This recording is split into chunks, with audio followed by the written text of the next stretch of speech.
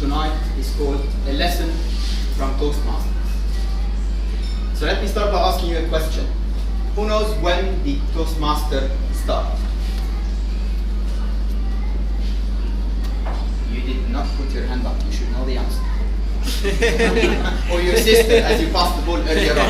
Yes, please. When did it start? 1924 by Mark Smedley.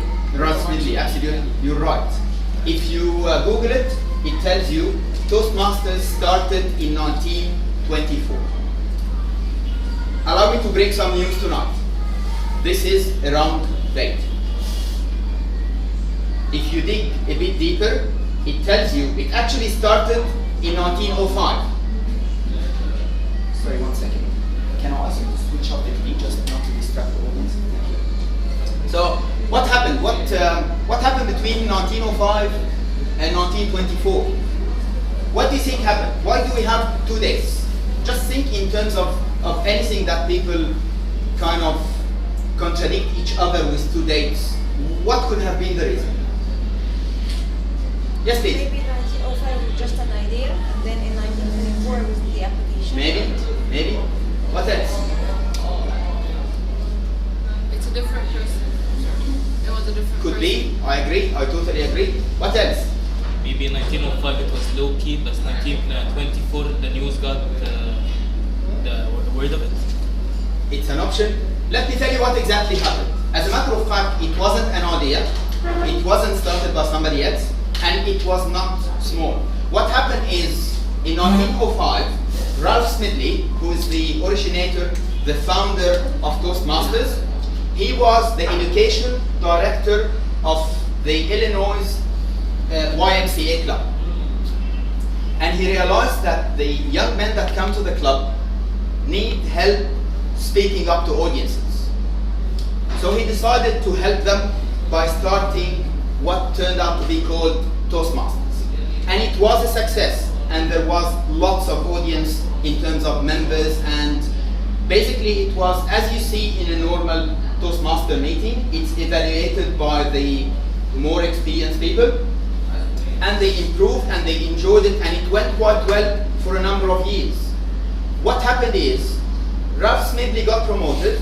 He had to go to another club in another state. So what happened after his departure is the club collapsed. But he was so convinced of the idea that he had another start. So he started another club in the other location or the other state that he moved to, and it was again a big success. Lots of members, lots of activities, and the boys were enjoying it and improving in their public speaking, among other things. Unfortunately, the same happened again and again.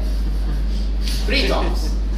He starts a club, it flourishes, it grows, he has to move to do other stuff, and it collapses. After several attempts, in 1904, this is when club number 1 started, and that's the one that still exists until today. Let's move on to talk about Toastmaster a little bit more. As Muhammad mentioned earlier on, mostly in Toastmaster, you practice your communication skills, your public speaking, and your leadership skills. Has anyone heard the term glossophobia before? Does anyone know what it means? Glossophobia comes from 2 Greek words. Glossa means tongue, and phobia means fear, absolutely. So the fear of public speaking is called glossophobia. Do you know that statistically, more people fear public speaking than people who fear death?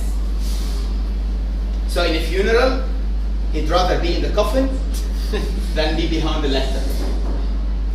But at the end of the day, practice makes perfect. All you need to do is just have the courage to stand up and do it. This is when, by the way, I can tell you that you've come to the best place, because this is a supportive community. People around you that have been there, done that support you in order to do it. But then again, let's go back to the basics. Communication, public speaking, and leadership. As a matter of fact, they are all related. I don't think someone can be a leader without being able to to stand in front of an audience and pass on their vision. It's impossible. This is the very strict link between public speaking and leadership. Then again, communication. I think in this day and age, with all the gadgets and screens and touch screens and buttons that we use, we have a problem with communication to other people. So once again, the place in here is ideal for you to practice those things. Communication, public speaking, and leadership. Then again, there is a bigger message in what I need to tell you tonight. When you have a vision of creating something big, when you have a vision of success, it doesn't always happen from the first time. What if you fail at your first attempt? You don't scrap it off and you go and do something else. As long as you're convinced with it, you have to persist with the idea. This is a huge idea. Toastmaster is a huge idea that has been in existence for 100 years. If he had realized that he failed his first attempt and he went on to do other stuff, we wouldn't have been here tonight. So if you fail at your first attempt, second attempt, third attempt, you still have to persist with it. You have to try again. I'm going to leave you with a quote by Michelangelo, the painter, Michelangelo. He said, the bigger danger for most of us is not setting our aim too high and not achieving it. It's actually setting our aim too low and achieving it. Thank you very much.